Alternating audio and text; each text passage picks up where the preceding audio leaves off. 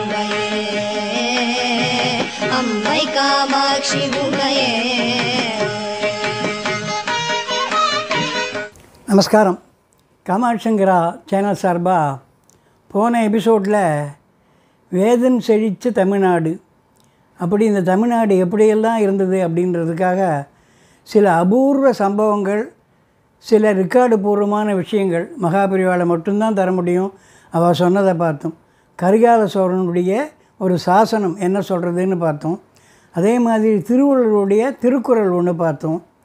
சமீப காலமாக ஒரு அரசர், தஞ்சை அரசர் தன்னுடைய ஒரு தவறுக்கான பரிகாரம் என்னென்னா அது வேதத்தை விளக்கிறது தான் பரிகாரம்னு அதையும் பண்ணதை பார்த்தோம்.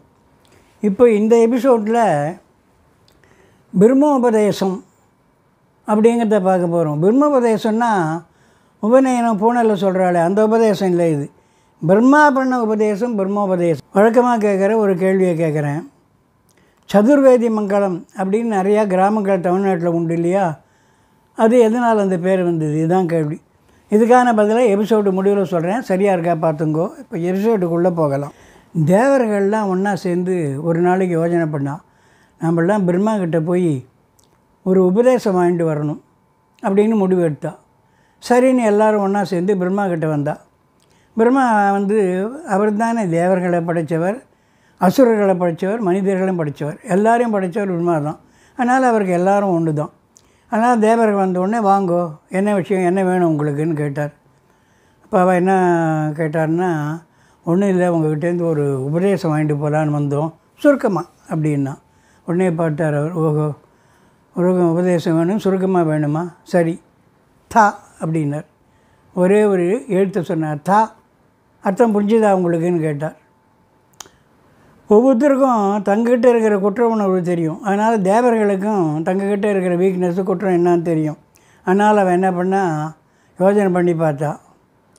தான் எதை சொல்கிறாருன்னா தாம் யதா அப்படின்னு தான் சொல்கிறார். தாம் யதான்னா தேவர்களுக்கு புனநடக்கம், மனசடக்கம் கிடையாது. தேவலோகத்தில் அவள் இஷ்டத்துக்கு குதிக்குமாலம் போட்டு பாட்டு கூத்து ஆட்டம் சந்தோஷமாக வாழக்கூடியவர்கள். புனநடக்கம் இல்லை, மனசடக்கம் கிடையாது. அதை குறிக்கிறது தான் இந்த தாம்யதா. அதனால் தமம் சமம்னு சொல்லிருக்கு. தமம்னா புறநடக்கம், சமன்னா மனசு அடக்கணும். இது ரெண்டையும் சேர்த்து சொல்கிறது தான் தாம்யதா. அதனால் புரிஞ்சுது, தாம்யதான்னு சொல்லியிருக்கீங்க நீங்கள் அப்படின்னு சொன்னோன்னா, சரியாக தான் சொல்லியிருக்கீங்க, போங்கோ அப்படின்னு அனுப்பிச்சி வச்சுட்டார் பிரம்மா. பிரம்மாவை தேவர்கள் சந்திச்சான்ற விஷயம் அசுரர்களுக்கு தெரிஞ்சு போச்சு.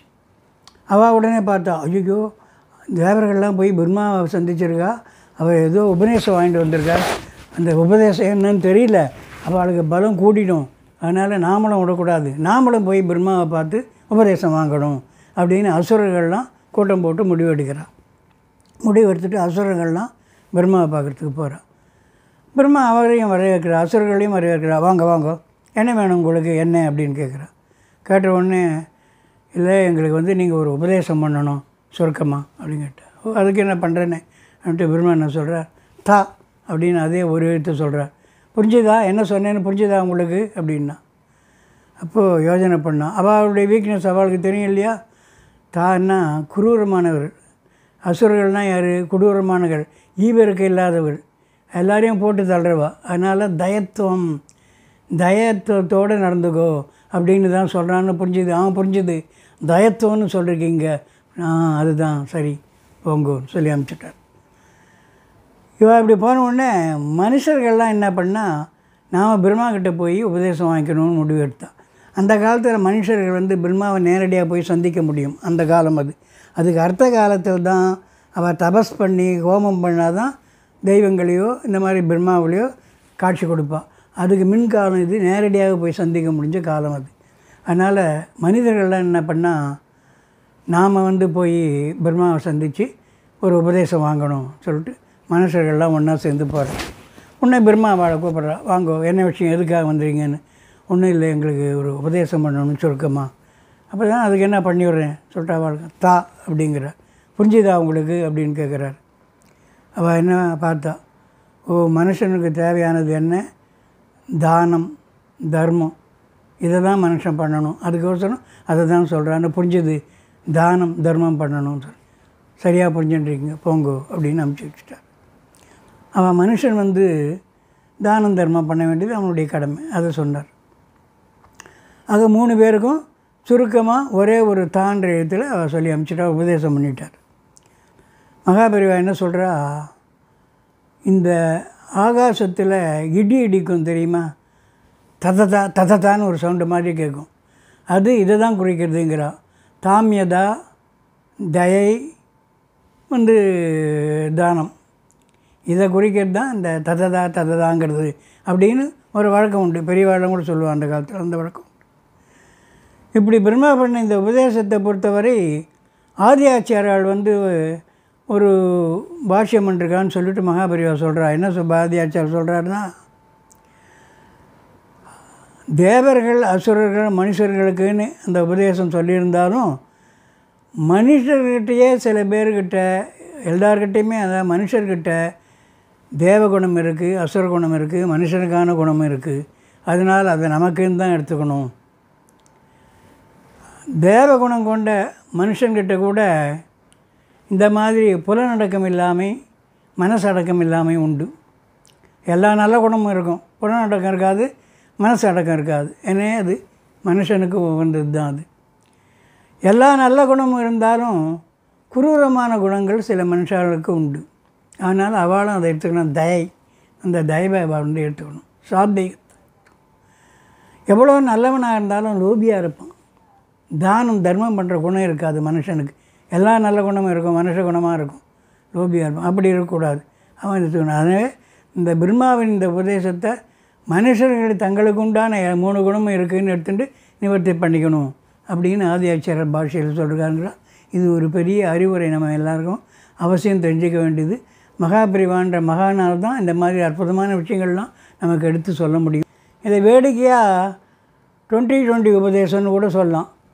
எதுக்கு இது அப்படி சொல்கிறேன்னு கேட்டீங்கன்னாக்க, மகாபெரிவா ஒரு தடவை அம்பின்ற கிராமத்துலேருந்து காஞ்சிபுரம் வந்துன்னு இருந்தா. அப்படி காஞ்சிபுரம் வந்துன்னு இருக்கும்போது கால்நடையாக வந்துன்னு இருந்தா யாத்திரை. கூட பக்தர்கள்லாம் வந்து ஹரஹர சங்கர ஜெய ஜெயசங்கர கோஷம் போட்டுன்னு வரா. அவள் வந்துன்னே இருக்கா.